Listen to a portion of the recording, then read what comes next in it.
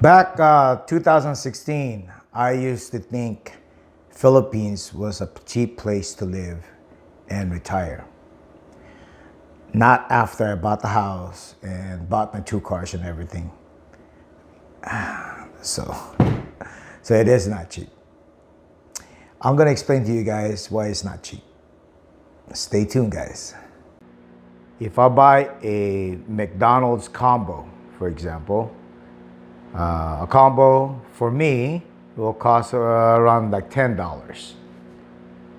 Now, let me ask you this. If I go to the Philippines right now, if I buy the same combo that I buy here in California, you think it'll cost like $1 over there? $2? No. It costs $10. So whatever you spend here in California, you're gonna spend the same thing over there. It's the same price, but the portion is a little bit smaller. And that's the truth. So it's not cheap. All right, let's think about this for a moment here. If Philippine products are really cheap, a person can go to the Philippines and import it to America or California and then sell it for a higher profit, right? But nobody does that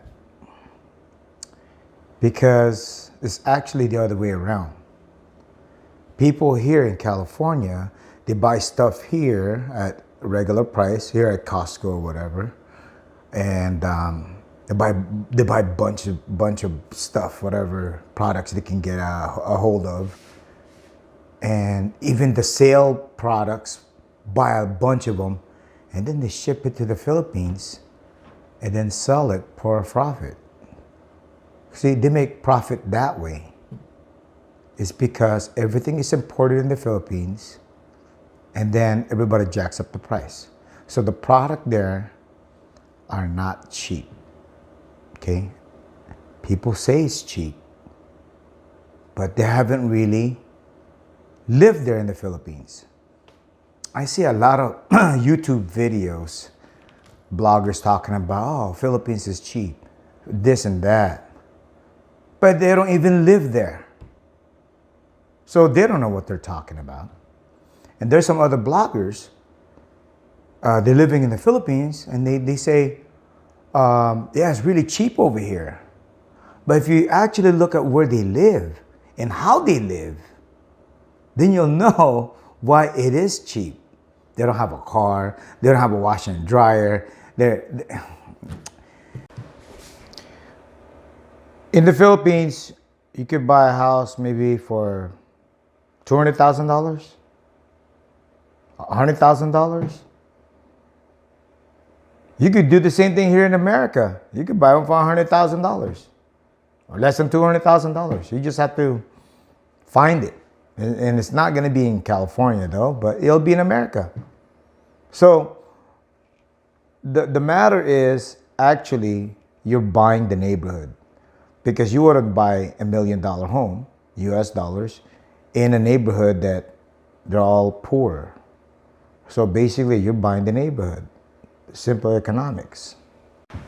Okay, let's make a quick comparison. So here in California, I have a cell phone,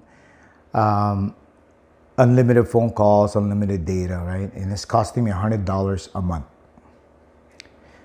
So now I go to the Philippines, I get rid of that phone. Now I buy those phones, they call it load, where you put like $1, $2 a month, whatever. You only pay as you go, pay as you use, pay as you go. It's only costing you like what, $5 to $10 a month? You cannot compare. You can't say, oh, in the Philippines, the phone is cheaper than the one here in California. California costs me $100 a month. Here in the Philippines, it's only costing me $5 a month. That's not a good comparison, because the one you get in the Philippines is you don't have data, you have a little bit, you don't even talk, you text, and you only pay as you go. You see, that's not a good comparison, man. Okay? So if you want to compare California lifestyle to Philippine lifestyle, you got to compare it apple to apples. Okay? All right, so this video is just an introduction to make you understand that it's not cheap in the Philippines. And I'm gonna make another video explaining why it's not cheap. And then also I'll make another video where you can actually find a place that's cheap if you're willing to downgrade your lifestyle. All right, guys, so if you like my content, leave me some comments, share, and subscribe, guys.